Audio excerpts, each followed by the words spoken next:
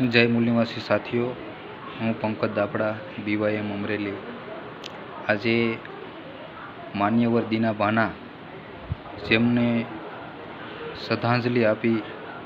અને એમની વાત થોડીક રજૂ કરું છું કે આજે એમનો નિર્વાણ દિન અને 80-81 વર્ષ જીવ્યા અને એમનું નિર્વાણ જે થયું 18થી 19 વર્ષ થયા છે 2009ની અંદર. તો સાથીઓ, એણે એક મહાપુરુષના માધ્યમથી પણ ગણવામાં આવે છે અને જે ડૉક્ટર બાબા સાહેબની આપણે જે જન્મજયંતિ મનાવીએ છીએ એ એક એમની દેન છે.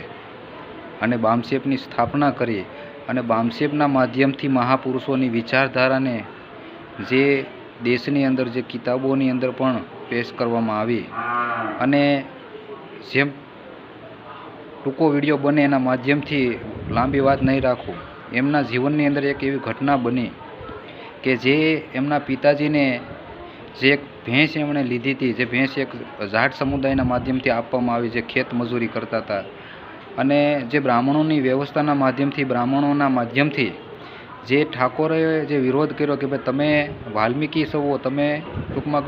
ભંગી, જો કે ભંગી શબ્દ ન બોલવો જોઈએ પણ છતાં એ સમયની વાત છે, એટલે તમે આ ભેંસ ન રાખી શકો, એટલે તમારી ભેંસ તો કાં તો એમને પાછી દઈ દેવી જોઈએ અને કાં પાછી વેચી નાખવી જોઈએ, કારણ કે અમે ઊંચ વર્ણના છીએ એટલે અમે ભેંસ રાખી શકીએ, ગા રાખી શકીએ, ઘોડા રાખી શકીએ, અસ્ત્ર શસ્ત્ર જમીન જાયદાદ રાખી શકીએ, પણ તમે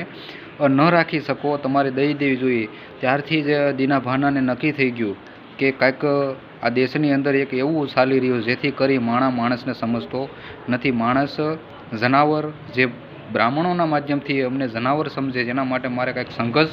કરવો જોઈએ, એ માધ્યમથી એમણે એમનું ગામ છોડી દીધું. રાજસ્થાનની અંદર જયપુરની અંદર એનું ગામ આવેલું હતું,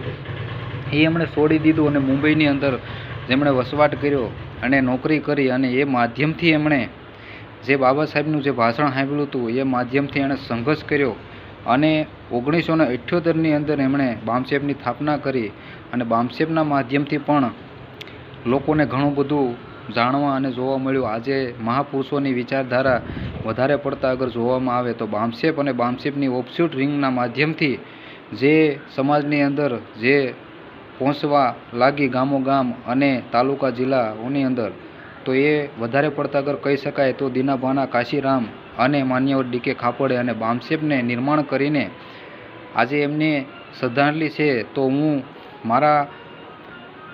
વાત ઉપરથી અને મારા વિચારધારાના માધ્યમથી, મહાપુરુષોના વિચારધારાના માધ્યમથી આજે દીના ભાનાને હું ભાવુક ભરી શ્રદ્ધાંજલિ આપું છું અને તમામ મૂલ્યવાસીઓને પણ આહવાન કરું કે 2 થી 5 મિનિટનો વિડીયો બનાવીને